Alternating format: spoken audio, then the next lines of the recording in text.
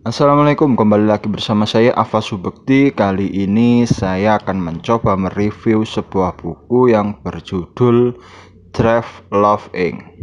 Buku yang diterbitkan oleh Gradian Media Tama ini sudah memasuki cetakan ketiga. Sampai buku yang saya miliki dan tidak tahu sih kalau untuk sekarang sudah masuk cetakan yang keberapa. Buku ini saya beli di sebuah pasar buku di salah satu kampus di Kota Malang. Cetakan pertama buku ini tahun 2012, cetakan kedua 2013, dan cetakan ketiga 2014. Buku setebal 256 halaman ini ditulis oleh 4 orang yang bertemu dalam sebuah hashtag Twitter bernama Rhyme.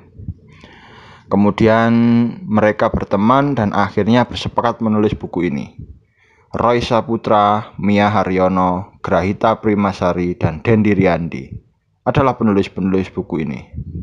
Mereka memiliki masalah yang sama dan sering mencurahkannya dalam Twitter dan selalu diakhiri dengan hashtag Rhyme.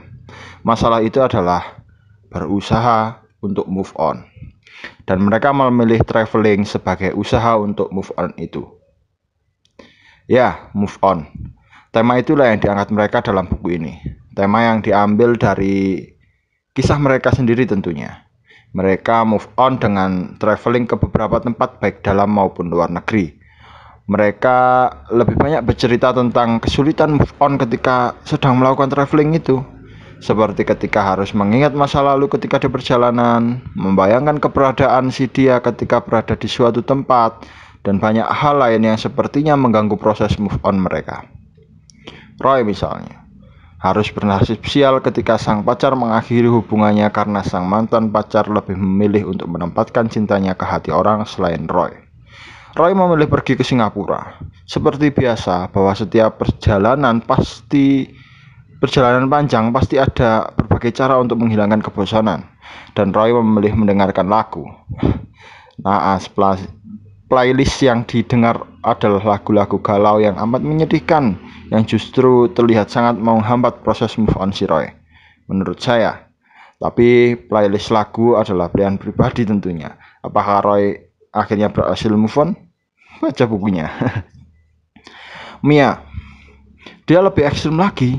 Cara move onnya yaitu memanfaatkan kunjungan kerjanya ke Dubai untuk sekalian jalan-jalan. Tujuannya sih sama, move on. Seperti kebanyakan wisatawan yang berkunjung ke Dubai, Mia pun memiliki misi yang sama. Bisa masuk dan naik ke lantai teratas gedung pencakar langit Burj Khalifa, dan berharap ia akan menghilangkan kenangan pahitnya di masa lalu. Dan apakah dia juga berhasil? Beli dan baca bukunya dong. Grahita berusaha move on dengan cara traveling juga. Dia memilih Bali. Tujuannya tentu menikmati pantai dengan berjemur atau surfing.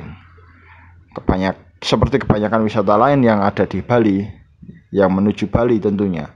Apakah dia akan berhasil move on dengan itu? Silakan cek saja bukunya. Dendi juga sedang move on, dan traveling menjadi jalan move onnya juga. Dia memilih Kuala Lumpur sebagai destinasi travelingnya. Di sana dia menonton bola dan melakukan perjalanan tambahan yang sedikit gila, yakni melakukan pengejaran karena penasaran sampai keluar Malaysia, yaitu ke negeri Gajah Putih, Thailand. Waduh, saya sendiri merasa sangat heran, bisa-bisanya ada orang senekat itu ya. Apakah yang dia kejar? Bacalah bukunya. Hal yang sedikit kurang pas menurut saya adalah penggunaan bahasa lo gue khas anak gaul. Sebenarnya tidak ada masalah karena itu bisa menjadi daya tarik tersendiri untuk buku ini. Tapi untuk saya pribadi kurang begitu pas karena tidak terbiasa. Jadi ketika membaca bibir jadi sedikit ikut-ikutan mengeja. Oke, baiklah, itu saja yang bisa saya review dari buku ini. Jangan lupa beli bukunya dan ingat, membacalah sebelum membaca itu dilarang. Sekian dan wassalamualaikum.